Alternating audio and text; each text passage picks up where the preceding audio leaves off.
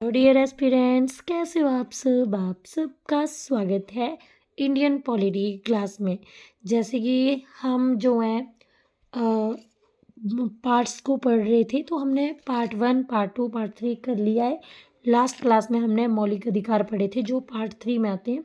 आज हम करेंगे पार्ट 4, राज्य के नीति निर्देशक तत्व, यानी कि directive principle of state policy. ठीक है, तो इसे ये जो है संविधान के भाग 4 के अंतर्गत आता है और इसमें अनुच्छेद 36 से लेके अनुच्छेद 51 के बीच में रखा गया।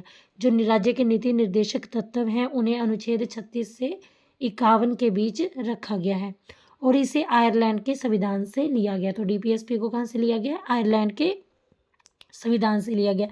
अब बेटा बताओ, यहाँ से देखो, यहाँ से PYQ आया था किसी एग्जाम में कि ये जो नीति निर्देशक तत्व है ना, इनका मुख्य उद्देश्य क्या होता है। ठीक है ना, तो राज्य के नीति निर्देशक तत्व है, इनका मुख्य उद्देश्य क्या है? लोक कल्याणकारी राज्य की स्थापना करना और राज्य में सामाजिक और आर्थिक लोकतंत्र की स्थापना करना। सबसे पहला उद्देश्य है कि एक लोक कल्याणकारी राज्य की स्थापना करना और राज्य में सामाजिक और आर्थिक लोकतंत्र की स्थापना करना।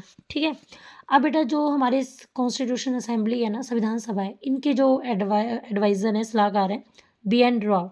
तो संविधान सभा के सलाहकार VN राव का कहना है कि संविधान में 2 तरह के मौलिक अधिकार होने चाहिए। एक ऐसे मौलिक अधिकार जिसे हम भारत के नागरिकों को संविधान लागू होने के तुरंत बाद दे सके और दूसरे ऐसे मौलिक अधिकार जो कुछ समय बाद दिए जा सकें। तो बेटा जब भारत के पास पर्याप्त संसाधन हो जाए, ठीक है, तो यहाँ पे संविधान सभा के सलाहकार BN राव का कहना है कि संविधान में 2 तरह के मौलिक अधिकार होने चाहिए। एक ऐसा मौलिक अधिकार जो भारत के नागरिकों को संविधान लागू होने के तुरंत बाद दिया जा सके और एक ऐसा मौलिक अधिकार जो कुछ समय बाद भारतीय नागरिकों को दिया जा सके। ठीक है ना, और जब भारत के पास पर्याप्त संसाधन हो जाएं, ठीक है ना, तो बेटा फिर भी संविधान सभा में चर्चा हुई। ठीक है, इस संविधान सभा में चर्चा हुई और अंत में ये रिजल्ट निकला कि हम इसे 2 पार्ट्स में डिवाइड कर सकते हैं। तो ये 2 पार्ट्स हैं, भाग 3 और भाग 4। भाग 3 में मौलिक अधिकार आते हैं, ये अनुच्छेद 12 से लेके अनुच्छेद 35 के अंतर्गत आते हैं और भाग 4 जो है directive principle of state policy, ये अनुच्छेद 36 से लेके अनुच्छेद 51 तक आते हैं। ठीक है ना, इसके अंतर्गत आते हैं। तो मतलब जो हमारे राज्य के नीति निर्देशक तत्व हैं वो उनका जो वर्णन है आर्टिकल 36 से लेके आर्टिकल 51 में किया गया है। ठीक है ना, अब थोड़ा इनके बारे में डिफरेंस जानते हैं। तो बेटा ये जो मौलिक अधिकार है ना, इनको अमेरिका के संविधान से लिया गया है और DPSP को आयरलैंड के संविधान से लिया गया है। इसे बेटा देखो, अगर आपने मौलिक अधिकार को लागू करना है तो हम न्यायालय के पास जाते हैं, यहाँ पे न्यायालय के पास नहीं जाते हैं। ये जो है राज्य सरकार के द्वारा ही लागू करने के बाद नागरिक को प्राप्त होते हैं। राज्य सरकार में जब कोई भी नीति निर्देशक सिद्धांत लागू होते हैं तभी ये नागरिकों को प्राप्त होता है। ठीक है ना, तो यह इसमें न्यायालय में नहीं जाते नीति निर्देशक सिद्धांत। जैसे मान लो कि केरला में कोई न्यू स्कीम आई है ना और अन्य राज्य में वो स्कीम नहीं है। ठीक है ना, तो ऐसा नहीं है, आप उसके लिए फिर अगर आपके राज्य में वो स्कीम नहीं है तो आप न्यायालय नहीं जा सकते हो। ठीक है ना, तो ये अधिकार नागरिकों को खुद ही प्राप्त हो जाते हैं और ये जो है वो राज्य सरकार के द्वारा लागू करने के बाद ही नागरिकों को प्राप्त होते हैं। ये व्यक्ति के अधिकार के लिए, ये मतलब कि हमारे राइट के लिए कि हमें हमारे क्या क्या राइट हैं, और ये जो है नीति निर्देशक सिद्धांत जो है ओनली समाज की भलाई के लिए होते हैं। ओके, अब हम आर्टिकल डिस्कस करेंगे 1 बाय 1। बेटा आर्टिकल 36 से लेके 51 जो जिसमें कि नीति निर्देशक सिद्धांत का उल्लेख किया गया। तो अनुच्छेद 36 क्या कहता है कि राज्य की परिभाषा। ठीक है, अनुच्छेद 36 में राज्य की परिभाषा के बारे में बताया गया। तो बेटा देखो, यहाँ पे इंडियन पॉलिटी में राज्य का मीन वो संस्था होती है जो अपने पैसों के लिए सेल्फ डिपेंडेंट हो और अपने नियम कानून खुद बनाए, उसे राज्य कहते हैं। ठीक है ना, तो इसमें और हम नहीं पढ़ेंगे इसके अंडर क्या आता है क्योंकि वो आपके एग्जाम में नहीं आएगा। तो अनुच्छेद 36 में राज्य की परिभाषा के बारे में बताया गया है। अनुच्छेद 37 में जो है कहा गया है कि ये जो है न्यायालय में परिवर्तनीय नहीं है और वाद योग्य नहीं है। तो यहाँ पे न्यायालय में परिवर्तनीय नहीं है, यानी कि जो आपके जो नीति निर्देशक तत्व हैं, ठीक है, तो बेटा ये जो है इनके लिए आप न्यायालय नहीं जा सकते हो। मैंने आपको एग्जाम्पल भी बताई थी। मान लो कि कोई स्कीम आपके राज्य में नहीं आई है और दूसरे राज्य में आ गई है, तो आप उसके लिए अगर आपने आवाज़ उठानी है तो आप न्यायालय नहीं जा सकते हो, ठीक है ना। न्यायालय का दरवाज़ा नहीं खटका सकते हो। जब वो राज्य में राज्य सरकार के द्वारा आपके राज्य में लागू होगी वो स्कीम, और उसी के बाद वो आपको प्राप्त होगी, नागरिक को प्राप्त होगी, ठीक है ना। तो इसके लिए जो है अनुच्छेद 37 में कहा गया ये न्यायालय में परिवर्तनीय नहीं है और ना ही आप इसके बारे में किसी से वाद विवाद कर सकते हो। तो ये आपको अनुच्छेद 37 में कहा गया है, ठीक है ना। तो अनुच्छेद 36 में राज्य की परिभाषा के बारे में कहा गया और अनुच्छेद 37 में कहा गया कि न्यायालय में परिवर्तनीय नहीं है और ना ही वाद योग्य है, ठीक है। अब बेटा यहाँ पे केटी शाह जी का कथन था और ये भी किसी एग्जाम में आया हुआ क्वेश्चन है कि जो राज्य के नीति निर्देशक तत्व जो है एक ऐसा चेक है जो बैंक की सुविधा अनुसार अदा किया जाएगा। नीति निर्देशक तत्व एक ऐसा चेक है जो बैंक की सुविधा के अनुसार अदा किया जाएगा। ये किसने कहा? केटी शाह ने कहा, ठीक है। अब आ गया आर्टिकल 38, ठीक है। तो बेटा आर्टिकल 38 में कहा गया कि राज्य ऐसी सामाजिक व्यवस्था बनाएगा जिससे नागरिकों को सामाजिक न्याय, आर्थिक न्याय और राजनीतिक न्याय मिलेगा, ठीक है। मतलब कि राज्य जो है अनुच्छेद 38 में कहा गया है कि राज्य एक ऐसी सामाजिक व्यवस्था बनाएगा जिससे नागरिकों को सामाजिक, राजनीतिक और आर्थिक न्याय मिलेगा, ठीक है ना। आगे है अनुच्छेद 39 क्या बोलता है? अनुच्छेद 39 में बोला गया है कि अब बेटा देखो, राज्य एक ऐसी सामाजिक व्यवस्था बनाएगा जिससे नागरिकों को सामाजिक न्याय मिलेगा। सामाजिक न्याय मीन्स कि समाज में मतलब कि सभी जाति, भाषा, लिंग के आधार पे सभी सेम होंगे। आर्थिक भी मतलब ये नहीं है कि कोई भेदभाव नहीं किया जाएगा कि अगर कोई गरीब है तो उसके साथ अच्छा भेदभाव, कोई गरीब के साथ कोई गलत व्यवहार नहीं करेगा, ठीक है। तो राजनीतिक मीन्स कि राजनीति में भी मतलब भेदभाव नहीं होना चाहिए, ठीक है ना, भाषा के आधार पे, जाति के आधार पे, ओके। तो अब यहाँ पे बोलेगा अनुच्छेद 39 में बोला गया है कि अब राज्य जो है सामाजिक, आर्थिक, राजनीतिक ये जो न्याय है, ठीक है, तो इनके लिए कार्य करेगा। तो राज्य जो है ये जो भी नीतियाँ हैं इनको सुरक्षित करने की दिशा में कार्य करेगा। तो ये आपने बेटा दो दो में करना है, जैसे ये 36 में राज्य की परिभाषा और दूसरे में कि मतलब कि आप ये नीति इसके न्यायालय में आवाज़ नहीं उठा सकते हो और ना ही वाद विवाद कर सकते हो, ठीक है ना। तो ये हो गया। और 38 में सामाजिक, आर्थिक और राजनीतिक न्याय की बात की गई है। और 39 आर्टिकल में बोला गया कि ये जो नीतियाँ इनको सुरक्षित करने की दिशा में जो है वो राज्य कार्य करेगा, ठीक है। इन नीतियों को सुरक्षित करने की दिशा में राज्य जो है वो कार्य करेगा। अब बेटा देखो, सभी नागरिकों की आजीविका के पर्याप्त साधन, सभी नागरिकों को ना आपको पता है सभी नागरिकों को आजीविका के पर्याप्त साधन का अधिकार है, ठीक है। सभी नागरिकों को जो है वो आजीविका, इनकम के पर्याप्त साधन का अधिकार है। अब जैसे जितने भी ये इसके अंतर्गत आते हैं कि विभिन्न नीतियों में कैसे करना। वो नीतियाँ कौन कौन सी? जैसे सभी नागरिकों को आजीविका के पर्याप्त साधन का अधिकार है। जितने भी भौतिक संसाधन हैं उनके स्वामित्व, उनके नियंत्रण को सामान्य जन की भलाई के लिए व्यवस्थित करना, ठीक है ना। तो जितने भी बेटा रिसोर्सेज हैं उनके स्वामित्व और उनको उनके कंट्रोल के लिए जितने भी भौतिक संसाधन हैं उनके स्वामित्व और नियंत्रण को जो है वो लोगों की भलाई के लिए जो है वो व्यवस्थित करना। कुछ ही व्यक्तियों के पास धन को संकेंद्रित होने से बचाना। ऐसा नहीं है कि जो ज़्यादा धनी है वो और धनी बन जाए, तो ऐसा नहीं होना चाहिए। और पुरुषों और महिलाओं को दोनों में समान कार्य के लिए समान वेतन, ठीक है ना। तो समान काम के लिए समान वेतन जो है ये भी, तो कि ये नीतियाँ हैं जिनके लिए राज्य जो है वो कार्य करेगा। तो मतलब कि पुरुषों और महिलाओं को दोनों को समान काम के लिए समान वेतन मिलना चाहिए। कुछ ही लोगों के पास धन सीमित होकर नहीं रहना चाहिए। जो भी मतलब रिसोर्सेज हैं उनको जन की भलाई के लिए लगाना और सभी नागरिकों को जो है वो आजीविका के आजीविका के पर्याप्त साधन का अधिकार है। ठीक है, अब ये 39 तक हो गया, हमने 36 37 कर लिया, 38 39 कर लिया। अब हम 39A क्या बोलते हैं।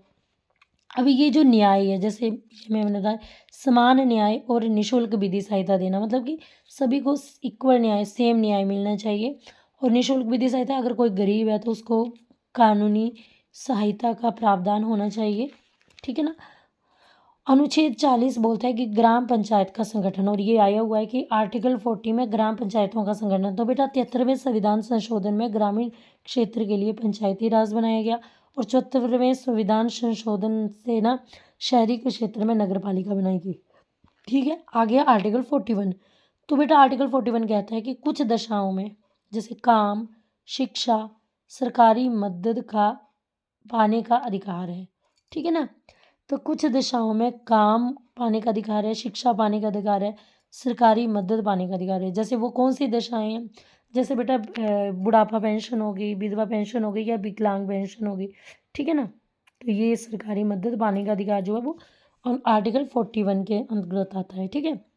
आर्टिकल 42 क्या कहता है कि बोलते हैं कि राज्य ऐसी नीतियां बनाएगा जो न्याय संगत हो। जिन मतलब राज्य जो है 42 बोलते हैं कि राज्य ऐसी नीतियां बनाएगा जो न्याय संगत हो, जो मानवोचित दशाओं को ध्यान में रखे, और जहाँ पे प्रसूति सहायता का उपबंध। प्रसूति सहायता मतलब जो मैटरनिटी में जो हेल्प मिलती है ना, जैसे जो प्रेग्नेंट लेडीज़ होती हैं तो उनको, जो गरीब होती हैं ना तो उनकी फ्री में मतलब डिलीवरी हो वगैरह। ठीक है ना। तो न्याय संगत और मानवोचित दशाएं ये आती हैं अनुच्छेद 42 में। ठीक है ना। और अनुच्छेद 41 में कि सरकारी सेवाओं का पाने का अधिकार है ना, जो मैंने आपको बताया। ठीक है, तो आई होप आपको हो गया होगा। तो थोड़ा मैं एक बार हम रिकॉल कर लेते हैं।